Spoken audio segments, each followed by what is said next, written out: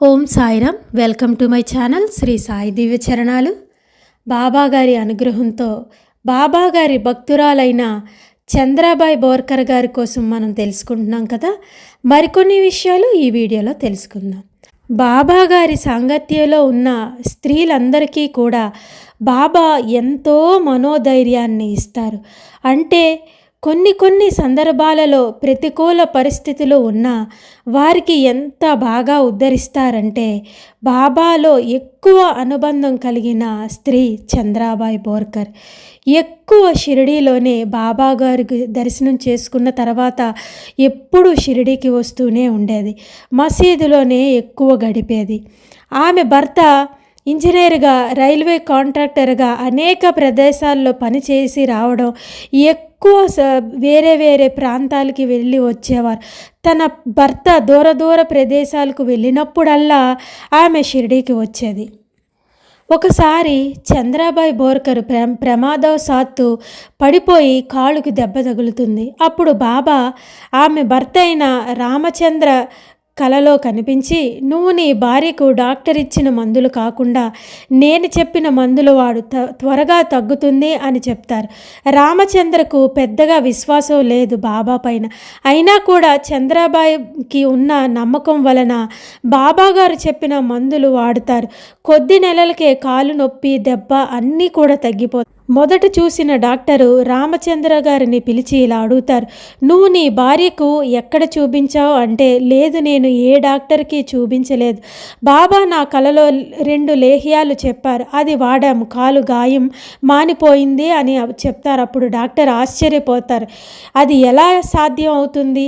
అది చాలా కష్టం. ఆ గాయం అంత తేలికగా మానేది కాదు. ఎందుకంటే సెప్టిక్ అయింది.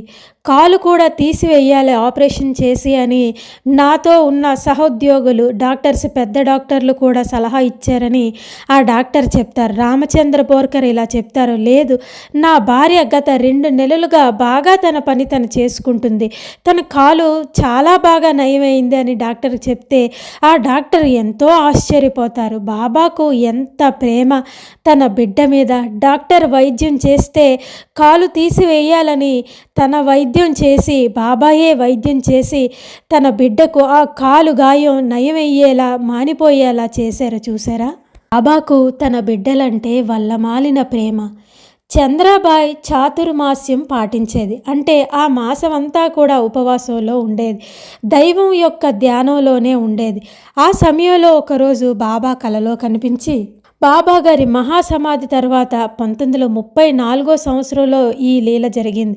ఆ సమయంలో బాబా కలలో కనిపించి చెబుతారు, నీకంటే ముందు నీ రామచంద్రుణ్ణి శ్రీరాముడిలో ఐక్యమవుతాడు అని చెప్తారు. అప్పుడు చంద్రాబాయి ఒప్పుకోదు, బాబా నన్ను ముందు తీసుకెళ్ళు, బాబా నా భర్తను తర్వాత తీసుకెళ్ళు ఆ శ్రీరాముడి దగ్గరికి అంటే, లేదు నీ భర్తే శ్రీరాముడి దగ్గరికి మొదటిగా చేరుకుంటాడు, నువ్వు చాలా ధైర్యంగా ఉండాలి అంటే, అప్పుడు చంద్రాబాయి బోర్కర్ కొంతసేపు మౌనంగా ఉండి మళ్ళీ ఇలా చెప్తుంది చంద్రాబాయి బోర్కర్, నా భర్త అంత సునాయాసంగా ఆ శ్రీరాముడి దగ్గరకు వెళ్తానంటే అక్కడ ఆయన సురక్షితంగా ఉంటారు. ఇంకా ఏమి బాబా, నాకు నువ్వు ఉన్నావు కదా బాబా, మీరు నా తండ్రి కాబట్టి మీరు నా దగ్గర ఉంటారు కాబట్టి నేను అధైర్యం పడవలసిన అవసరం లేదు అని చెప్తుంది చంద్రాబాయి బోర్కర్. అయినా బాబా నా భర్త ఆరోగ్యంగా ఉన్నాడు కదా అంటే, బాబా లేదు అది భగవంతుడి నిర్ణయం అని చెప్తారు. చాతుర్మాసం అయిపోయేలోగే నీ భర్త చనిపోతాడు అని చెప్తారు బాబా. సరిగ్గా దీక్ష చాతుర్మాసం మధ్యలో రామచంద్ర బోర్కర్కి మూత్రపిండాలు వ్యాధి వస్తుంది. అది డాక్టర్ చికిత్స కూడా అవ్వదు, మరణం తప్పదు అని చెప్తారు. అప్పుడు చంద్రాబాయి తన భర్తతో, బాబా నాకు ముందే చెప్పారని చెప్తుంది. అప్పుడు రామచంద్ర, లేదు బాబాను అడగవా, నేను చాతుర్మాసం అయిపోయాకే శ్రీరాముడి దగ్గరికి వెళ్తాను, నువ్వు ఈ ఒక్కటి బాబాను అడుగు అని ఎంతో ప్రాధాయపడతారు రామచంద్ర. అప్పుడు చంద్రాబాయి బోర్కర్ కూడా బాబాను ప్రార్థిస్తుంది తన భర్త యొక్క కోరిక. బాబా అదే విధంగా సునాయాస మరణాన్ని ప్రసాదిస్తారు రామచంద్ర బోర్కర్కి. ఆ రోజుల్లో స్త్రీలందరికీ కూడా ఎంత విశ్వాసం అంటే బాబా పట్ల, ఏమి అడగకపోయినా బాబా తప్పక తమ కోరికను నెరవేరుస్తారని దాని మీదే చంద్రాబాయి బోర్కర్ విశ్వాసం ఒక నిదర్శనం. ఆ రోజుల్లో ఎంతోమంది తమ కోరికల కోసం షిరిడీకి వస్తే ఎంతోమంది తమ కోరికలను వారి తరఫున బాబాను అడిగింది చంద్రాబాయి బోర్కర్. కానీ ఎప్పుడు కూడా తనకు పిల్లలు లేరని, నాకు ఒక బిడ్డను ప్రసాదించు బాబా అని ఎప్పుడూ బాబాని కోరలేదు. బాబా ఒకరోజు సమాధి చెందే 4 రోజుల ముందు చంద్రాబాయి బోర్కర్ని పిలిచి ఇలా అడుగుతారు. చంద్రాబాయి బాయి అని ఎంతో ప్రేమగా పిలిచేవారు బాబా చంద్రాబాయి బోర్కర్ని. ఇలా అడుగుతారు, బాయి నువ్వు ఎప్పుడు నీకు ఏం కావాలో నువ్వు నన్ను అడగలేదు కదా, ఎప్పుడు అందరి కోసం అడుగుతావు కనుక ఇప్పుడు అడుగు అని అంటారు బాబా. చంద్రాబాయి అంటుంది, బాబా నాకు ఏది లోటో నీకు తెలియదా, నాకు ఏం కావాలో నేను నిన్ను అడగాలా బాబా, నాకు ఏది లోటు ఉందో అంటే సంతానం లేనటువంటి లోటు, అది నాకు శ్రేయస్కరమేమో, అందుకే మీరు నాకు సంతానం ఇవ్వలేదేమో, ఒకవేళ మీరు నాకు బిడ్డలు ఇచ్చి ఉంటే వారి మీద ఉన్న మమకారంతో మీ మీద ధ్యాస తగ్గుతుందేమో, అందుకే మీరు నాకు సంతానం ఇవ్వలేదేమో, అంతే తప్ప నాకు ఇవ్వదలుచుకుంటే మీరు ఎందుకు ఇవ్వరు బాబా కానీ అని అంటుంది. కానీ బాబా మీరు నాకు సంతానాన్ని ఇవ్వండి అని నోరు తెరిచి అడగలేదు. బాబా చెప్తారు, నీకు తప్పకుండా సంతానం కలుగుతుంది. బాబాగారి మహాసమాధి తర్వాత నిజంగానే చంద్రాబాయి కడుపుతో ఉంటుంది. 3 సంవత్సరాల తర్వాత ఎంత నమ్మకం, ఎంత భక్తి, ఎంత విశ్వాసం అండి బాబాగారి మీద. ఆ రోజుల్లో భక్తులకి ఆ వయసులో కడుపు ఏమిటి అని ఎంతోమంది ఎగతాళి చేశారు. డాక్టర్లు చూపించుకో, కడుపులో ఏదో కణితి గడ్డ ఏదో ఉండి ఉంటుంది, నీకు పిచ్చా, ఈ వయసులో నీకు కడుపు ఏంటి అని ఎంతమంది చెప్పినా చంద్రాబాయి బోర్కర్కి ఎవరు ఎంతమంది చెప్పినా బాబా మీద నమ్మకం. బాబా నాకు బిడ్డనిస్తానన్నారు, తప్పకుండా నేను బిడ్డను కంటానని 10 నెలలు బాబాగారి విభూదిని నీటిలో వేసుకొని తాగి ఏ మందులు వాడకుండా, డాక్టరు నర్సు సహాయం లేకుండా 51 సంవత్సరాల వయసులో ఎంతో పండంటి మగ శిశువుని కంటుంది చంద్రాబాయి బోర్కర్. ఇది విశ్వాసం, ఇది నమ్మకం బాబా మీద. 1936 సంవత్సరంలో బివి నరసింహస్వామీజీ చంద్రాబాయి బోర్కర్ని కలిసినప్పుడు తాను గత 44 సంవత్సరాలుగా బాబాను పూజిస్తున్నానని, షిరిడీకి ఎన్నోసార్లు వెళ్ళానని చెప్పింది. ఆమె కొడుకు కూడా బాగా పెరిగి ఎంతో చక్కగా పెరిగి పెద్దయి పెళ్ళి కూడా చేసుకున్నాడని, ఆమె వారి ఇంటి ప్రాంగణంలో బాబా కోసం ఒక ఆలయాన్ని నిర్మించింది. ఆ ఆలయంలో బాబా విగ్రహాన్ని ప్రతిష్ఠించాలని ఆమె కోరిక చివరకు 1958 సంవత్సరంలో జరిగింది. ఆమె కోరిక నెరవేరిన తర్వాత నవంబర్లో 3 నెలల తర్వాత ఎంతో సంతోషంగా సాయిలో ఐక్యమయ్యారు చంద్రాబాయి బోర్కర్. ఆమె తన గృహానికి రామసాయి నిలయం అని పేరు పెట్టుకున్నారు. మనందరం బాబాను ఏం కోరుతాం? బాబా నాకు సమయానుకూలంగా కావలసినవన్నీ అనుగ్రహించండి బాబా, నా జీవితానికి కావాల్సినవన్నీ కూడా వెంటనే అనుగ్రహించండి అని బాబాను అడుగుతూ ఉంటాం.